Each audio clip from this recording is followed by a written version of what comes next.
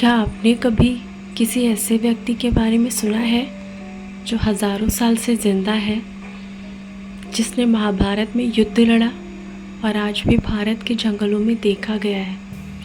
ये कहानी है अश्वत्थामा की, एक अमर योद्धा, एक अभिशप्त आत्मा। अश्वत्थामा द्रोणाचार्य का पुत्र था।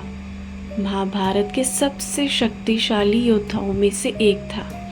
उसे बचपन से ही दिव्य अस्त्रों की शिक्षा मिली थी और ब्रह्मास्त्र का उपयोग करने वाले गिने चुने योद्धाओं में भी वो एक था।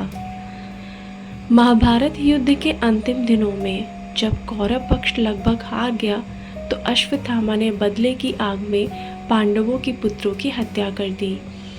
यह एक नीच कृत्य था क्योंकि वे सो रहे थे। इस अधर्म के कारण भगवान कृष्ण ने उसे एक भयंकर श्राप दिया।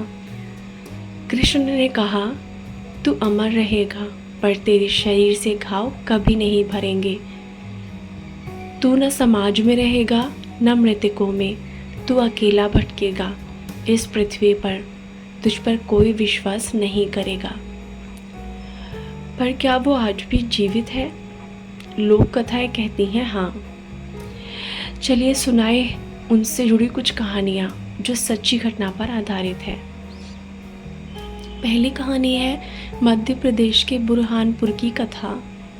1950 के दशक में एक डॉक्टर ने दावा किया था कि उनके अस्पताल में एक रहस्यमय व्यक्ति आया जिसके माथे पर पुराना लेकिन गहरा घाव था और उससे लगातार खून बह रहा था। डॉक्टर ने घाव को ठीक करने की कोशिश की लेकिन वो भरता ही नहीं था।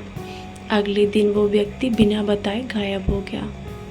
वहीं दूसरी ओर एक कहानी ये है कि चंबल और सतपुड़ा के जंगल में एक स्थानीय आदिवासी अक्सर कहते हैं कि उन्होंने एक विचित्र लंबा गठीला आदमी देखा है जो रात के अंधेरे में जंगलों में चलता है।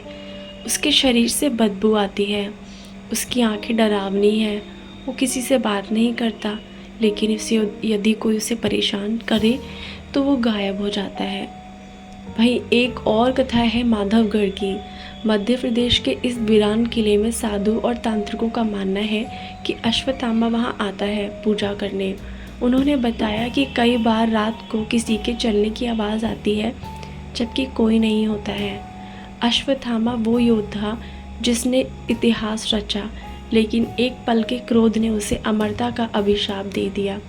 हो सकता है कि वो आज भी जीवित हो, कहीं अकेले जंगलों में भटकता हुआ, शायद आपकी नज़रों से भी गुजरा हो। पर क्या आप उसे पहचान पाते?